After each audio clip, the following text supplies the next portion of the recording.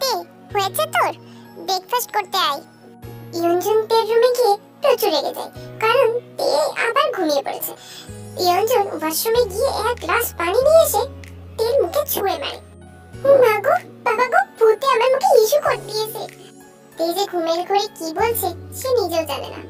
এই যে drama queen, ওঠ, 8:30 বাজতে যায়। তে এবার চোখ খুলেই ওর মাকে দেখে দেয় এক দৌড় ওয়াশরুমের দিকে। এই ইয়ঞ্জন, আমাকে একটু চা দিয়ে যাও তো। হ্যাঁ হ্যাঁ, আমি তো তোমাদের বিনা পয়সায় কেয়ারটেকার লাগি, তাই না?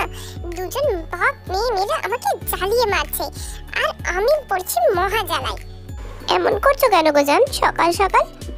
এই তুমি চুপ করো, মেয়েকে আদর দিয়ে দিয়ে বাঁদর বানাচ্ছো। আরে ইয়ঞ্জন, হয়েছেটা কি? তোমার আদরে দুলালিকে সকালবেলায় ঘুম থেকে উঠতে একবার ডেকেছি, কিছুক্ষণ পর গিয়ে দেখি নবাবজাদি আবার ঘুমাচ্ছে। উফ, আচ্ছা বাদ দাও, আমার চাটা দাও তো। হ্যাঁ হ্যাঁ, আচ্ছা দিচ্ছি। আম্মু আব্বু বাই বাই, আমি আসছি, আমার ক্যান্টিনে খেয়ে নেব, আর এখন খাওয়ার সময় নেই। নিজের খেয়াল রাখবি আর একদম লাফালাফি করবি না। উফ ইয়ঞ্জন, তুমি কি শুরু করলে বলো তো? ও কি কিন্ডারগার্টেনে বাচ্চা নাকি? তোমার খবর আছে, সকাল থেকে বেশি ফটাফট করছো, তাই না? তোমার কথা বাদ দে তো। তে, তুমি গাড়ি নিয়ে যাও আর ড্রাইভার নিয়ে যাবে। আচ্ছা বাবা, বাই বাই, লাভ ইউ। তে ছুটির পর মাঠে গিয়ে বসলো ওর দুই নতুন বন্ধুর সাথে, একজন জিমিনা আর অন্যজন জেনি। তে, তোমার বাড়ি কোথায়? উফ, আমার বাড়ি কোথায় ছাড়ো, আমি কি তোমাদের তুই করে বলতে পারি? আরে অবশ্যই, আমার বাবা এসব তুমি ভালো লাগে না। কি বলিস জিমিনা? ঠিক বলেছিস জেনি। আচ্ছা বাদ দে, চল ক্যান্টিনে যাই। তেরা তিনজন মিলে গল্প করতে করতে ক্যান্টিনে যাচ্ছিল। হঠাৎ করে একটা ছেলের সাথে ধাক্কা লেগে তে তো ধাক্কা খেয়ে পড়ে যেতে লাগে। মা, আমার কোমরটা গেল গো, মা গো, বাবা গো, এই জন্মে তোমাদের আর নানু নানি হওয়া হলো না গো। এই কোন বাঁদর ধাক্কা দিলি রে আমাকে? এই বাঁদর কাকে বলছো? হ্যাঁ তোকে বলছি, তোকে। তুই বাঁদর তো 14 গোষ্ঠী বাঁদর। আমার কোমরটা শেষ করে দিয়েছে একেবারে। মা গো, হোয়াট দ্য? এই শোন, কি করছিসটা কি? চিনিস না জানিস না, ঝগড়া করছিস কেন? চল চল, কিছু খেতে হবে না, বাড়ি যাই এখন। জেনি আর জিমিন খুব ঘাবড়ে গিয়েছিল, কারণ ক্যান্টিনে সবাই ওদের দিকে তাকিয়েছিল। এই যে মিস্টার কি যেন নাম, হোয়াটএভার, আর একবার আপনাকে যদি দেখি কুচি কুচি করে জাপানে পাঠাবো। এই শোনো, তুমি আমাকে চেনো না, বুঝলে? আমার চেনার দরকার নেই। জিমিন আর জেনি হাত ধরে গটগট করে চলে যায়। পার্কিং লটে এসে গাড়িতে উঠেই জিমিন আর জেনিকে বিদায় জানিয়ে বাড়ির দিকে রওনা দেয়। জাংকুক ওরফে জিয়ন জাংকুক আজ কলেজে প্রথম জয়েন করেছে প্রফেসর হিসেবে। এদিকে জাংকুক এমন কাণ্ড হওয়ার সাথে সাথেই সেও বাড়িতে চলে আসে। এসে রুমে ঢুকে ফুলের টবটা ছুঁড়ে মারে। জিন নিচ থেকে এরকম ভাঙাচোরার আওয়াজ শুনে উপরে গিয়ে দেখে ফুলদানিটা ভেঙে পড়ে আছে। মা গো, আমার ছেলেটার হলোটা কি? রেগে আছে জানো? তুমি কি করে জানলে যে আমি রেগে আছি? এই তোর কি চোখ নাই? দেখতে পাচ্ছিস না ফুলদানিটা ভেঙে পড়ে আছে? আর এমন কাণ্ড তুই ছাড়া আর কে করেছে? আমি বুঝি, আর আমি তোর মা, সব বুঝি। হ্যাঁ আচ্ছা, এখন বল রেগে আছিস কেন? জাংকুক এবার শান্ত হয়ে তার মায়ের কোলে মাথা রেখে তের সাথে ঝগড়া হওয়ার সব কথা বলে। জিনের তো পেট ফেটে হাসি আসছে, কিন্তু প্রকাশ করলো না, জানে জাংকুক এতে আরো বেশি রেগে যাবে, তাই মুচকি মুচকি হাসছে। মা, তুমি হাসছো? তো হাসবো না তো কি করবো শুনি? এই প্রথম কেউ তোর মুখের উপরে কথা বললো। মা, তুমি জানো মেয়েটার বয়স মাত্র 20 কি 21 বছরের হবে। আচ্ছা বাবা, আচ্ছা, আর রাগ করতে হবে না, চল এবার লাঞ্চটা করে নিবি, চল তো। আচ্ছা, আমি ফ্রেশ হয়ে পরে আসছি। অন্যদিকে চেঁচিয়ে ইয়ঞ্জন তার বাড়ি মাথায় করে রেখেছে। এই যে আলালের ঘরে দুলালি নবাবজাদি মহারানী, আপনি কি খেতে আসবেন? ও আম্মু, এমন করে চেঁচাও কেন বলো তো? এই তো আমি এসে পড়েছি। এসে আমায় উদ্ধার করলেন, বসে পড়। আম্মু, আব্বু কোথায় গো? তোর বাবা অফিসের কাজে গিয়েছে, একটা জরুরি মিটিং আছে, তাই লাঞ্চ ওখানেই করবে। ও আচ্ছা। আম্মু, তোমাকে কিছু কথা বলার ছিল। সেসব বাদ দে, আগে বল তোর কলেজ কেমন লাগলো? ভালো তো? ও আম্মু, আমি তোমাকে একটা ইম্পর্টেন্ট কথা বলতেছি, আর তুমি শুনছই না, নার্সারির বাচ্চার মতো জিজ্ঞেস করছো যে আমার কলেজ কেমন কেটেছে। বেশ, বল, আমি শুনতেছি। এক সপ্তাহ পর আমার একটা ইন্টারভিউ আছে। ইন্টারভিউ? কিসের ইন্টারভিউ? ওই একটা চাকরির আর কি। হায় আল্লাহ, তোর আব্বুর কি চাকরি ডুবতে বসেছে নাকি? এত বড় একটা কোম্পানি রয়েছে আমাদের, সেটা কি তালা বন্ধ পড়ে গেল? এই মা, তুই তো আগে বলিসনি। আর তোর আব্বুটা এবার কি কই বললো না তো? উফ আম্মু, তুমি এসব কি বকতেছো গো? এইসব আবার কি কথা? হ্যাঁ, আব্বুর চাকরি কেন যেতে যাবে? আব্বু তো নিজে একটা কোম্পানির সিইও। আর তুমি কি বকতেছো এইসব? আমি একটা অন্য কোম্পানিতে চাকরির কথা বলছি। ও মা গো মা গো মা, যার বাবার অফিসে হাজার হাজার এমপ্লয়ি চাকরি করে, সে নাকি আবার কারোর অফিসে চাকরি করতে যাবে। আম্মু প্লিজ, তুমি আর চিৎকার চেঁচামেচি করো না। আমি আগে নিজের যোগ্যতায় কিছু করতে চাই। তুই আগে নিজের তোর পড়াশোনা শেষ কর। সবেমাত্র অনার্স ফার্স্ট ইয়ারে উঠেছিস তুই। উফ আম্মু, আমার চাকরি তো আর এখনই হয়ে যাচ্ছে না। ইন্টারভিউ দিতে দিতে হঠাৎ একদিন চাকরি হয়ে যাবে। যা ইচ্ছে তাই কর, তোরা বাপ মেয়ে মিলে যা মন যাই কর, আমাকে এর মধ্যে আনবি না। রাতে সুবিন বাড়ি ফেরার পর তের রুমে যায়। তে, আমি এসব কি শুনছি? আব্বু, আসলে আমি। সুবিন এবার বেশ চোখ গরম করে তের দিকে তাকায়। তার আব্বুর চেহারা গম্ভীর দেখে তে মুখটা নিচু করে নেয়। ড্যাড, আমার কথাটা তো শোনো।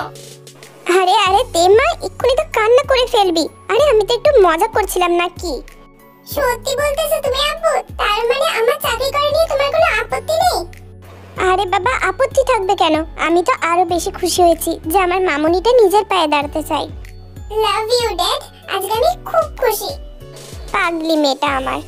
পরের দিন কলেজে। এইতে আজকে একটা নতুন প্রফেসর আসবে, শুনেছিস? শুনেছি, জানি আমি।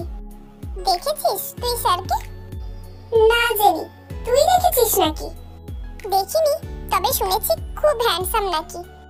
দূর বাবা, তোরা লুচুগিরি বন্ধ কর তো। তোর লুচুগিরি বন্ধ করার জন্য তোকে ইঁদুরের চাকরি খাওয়াতে হবে। এক তুই না আসলেই একটা এলিয়েন। ঠিক বলেছিস একেবারে। ওই কি বললি? আমি এলিয়েন? তোদের জীবনে বিয়ে হবে না। ঠিক এমন সময় প্রিন্সিপাল আসে, আর তার সাথেই আসে একটা যুবক। অ্যাটেনশন স্টুডেন্টস, ইনি হলেন তোমাদের নতুন প্রফেসর জিয়ান জাংকুক। আজকে থেকে ইনি তোমাদের ক্লাস টিচার। আর মিস্টার জিয়ান জাংকুক, এখন থেকে এই ক্লাসের সম্পূর্ণ দায়িত্ব কিন্তু আপনার। এই বলেই প্রিন্সিপাল স্যার আবার চলে যায়।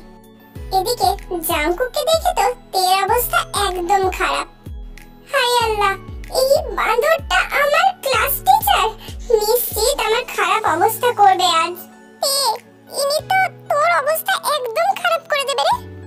চুপ কর, কোথায় আমাকে চিয়ার আপ করবি তা না আরো নার্ভাস করে দিচ্ছিস। এই, তোরা চুপ করবি? জাংকুক এতক্ষণে তেকে খেয়াল করে। ও, তার মানে এই মেয়েটা এখানে পড়ে।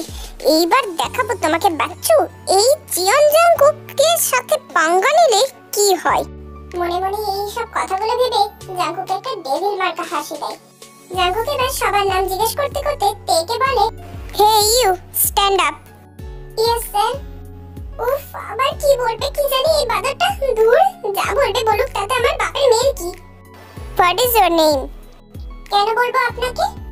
আসলে তে এতক্ষণ লুকিয়ে লুকিয়ে চকলেট খাওয়াতেই ব্যস্ত ছিল, তাই জাংকুক যে সবার নাম জিজ্ঞেস করছে তা খেয়ালই করেনি। তেমন কিছুই না, তোমার জন্য পাত্র দেখতে যাব। কি? কেন? সবার নাম যে জিজ্ঞেস করছি সেটা দেখতে পাচ্ছ না? স্টুপিড। আমার নাম তে। নামের আগামাথা কিছু নেই নাকি? কিম তেইয়ং। জাংকুক সবার সাথে পরিচয় হতে হতেই বেল বাজলো, আর জাংকুক যাওয়ার আগে তের দিকে তাকিয়ে তেকে কেবিনে যেতে বলে জাংকুকের। উফ, এই টেবিল বজ্জাত অ্যানাকন্ডার বাচ্চা আমাকে আবার ডাকছে কেন? তে জাংকুকের কেবিনে গেল আর গিয়ে দেখলো কেউ নেই। তারপর বেরিয়ে যাওয়ার সময় পিছন ফিরতে দেখে জাংকুক দরজা লক করে হেলান দিয়ে দাঁড়িয়ে আছে। আজকে থেকে তুমি ছুটির পর আমার সমস্ত কাজ করবে। কেন স্যার?